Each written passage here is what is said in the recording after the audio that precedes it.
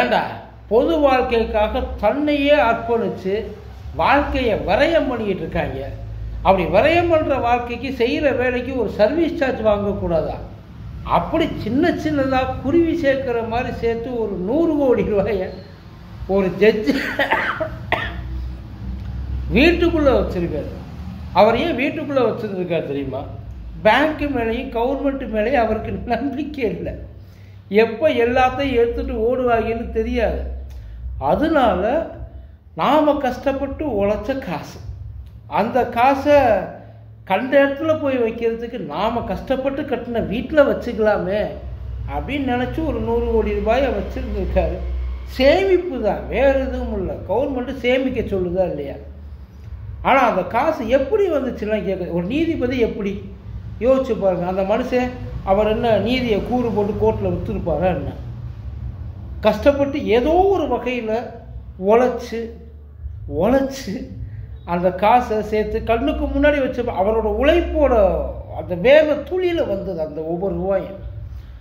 அந்த 100 கோடி ரூபாயை பிடிச்சாங்கன்னொன்னே நீங்களும் நானும் நினச்சிருப்போம், பொறி வச்சு பிடிச்சிருப்பாங்க, ஏதோ ஒரு பயங்கரமான இன்ஃபர்மேஷன் போயிருக்கு, ரொம்ப நாளாக இவர் அந்த சர்க்கிள்குள்ளே வச்சுருந்துருப்பாங்க, அந்த ஒரு சந்தேக ஏரியாவில் வச்சுருந்துருப்பாங்க, ஒரு நாள் லவக்குன்னு போய் கரெக்டாக பிடிச்சிட்டாங்கன்ட்டு.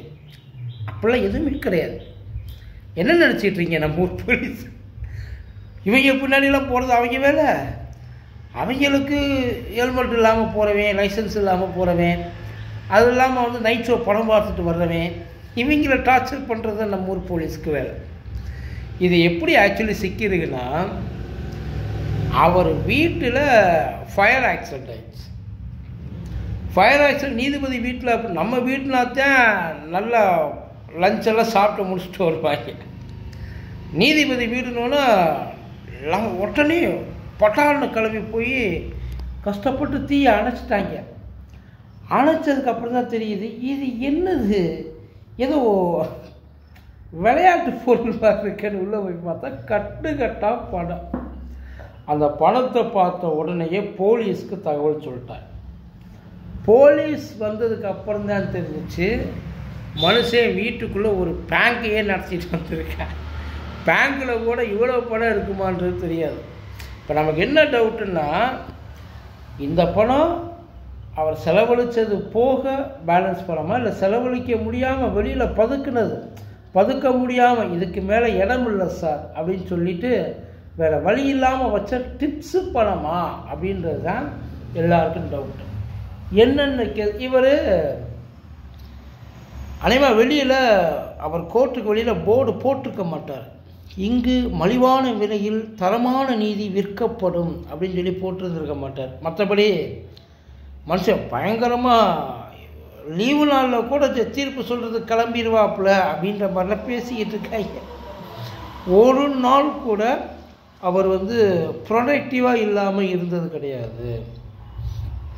ஆனால் 100 கோடி ரூபா ஒவ்வொரு கேஸையும். அப்போ முதல்ல எல்லா கோர்ட்லேயுமே வக்கீலுக்கும் நீதிபதிக்கும் அண்டர்ஸ்டாண்டிங் இருக்கும்.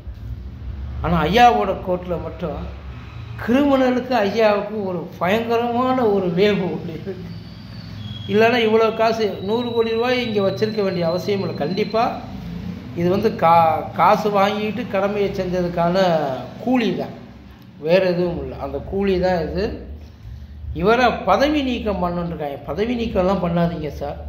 இது வரைக்கும் சார் என்னென்ன கேஸெல்லாம் ஹேண்டில் பண்ணார், எந்தெந்த கேஸில் எல்லாம் தீர்ப்பு எழுதியிருக்கார், அதையெல்லாம் ஒரு தடவை ரீமைண்ட் பண்ணுங்க. ஏன்னா ஒவ்வொரு கேஸ்லையும் குற்றவாளின்னு சொல்லி ஆப்போசிட்டில் ஒருத்தர் சொல்லியிருப்பார் இல்லையா, சார் தான் மெயின் குற்றவாளி. ஐயா தீர்ப்பு கொடுத்த ஒவ்வொரு கேஸுக்கும் எவ்வளோ கொடுத்தாரு, எவ்வளோ வாங்கினாரு, எவனும் கொடுத்தேன்னு சொல்ல போகிறது இல்லைப்பா. பட் இருந்தாலும் இவரை பதவி விலக்கிட்டா போதுமா என்ன? கோர்ட்டில் கோயில்ன்றாங்க சார். கோயிலில் பூசாரி காசு கேட்டு பார்த்துருப்போம், சாமியே காசு கேட்டு பார்த்துருப்போமா? கை நீட்டு காசு வாங்கிட்டு செய்கிறதுக்கு பேர் சாமியா என்ன? பார்ப்போம் இவங்க என்ன. இது ஒன்றும் பெரிய விஷயமெல்லாம் போகாது நீங்கள் நினைக்கிற மாதிரி. ஏதோ பயங்கரமாக உடனே பிடிச்சி ஜெயிலில் போட்டு தண்டனை கொடுத்து இவரால் எவ்வளவு பேர் கதறி அழுதுருப்பாங்க யோசிச்சு பாருங்களேன். சட்டை இல்லாமல் நிற்கிற மாதிரி, ட்ரெஸ் இல்லாமல் நிற்கிற மாதிரி இருக்குப்பா இருக்கணும். ஆனால் இவருக்கு இருக்குமான்னு தெரியல. 100 கோடி ரூபா இருக்குது, அதெல்லாம் இருக்கணுன்ற அவசியம் இல்லைல்ல.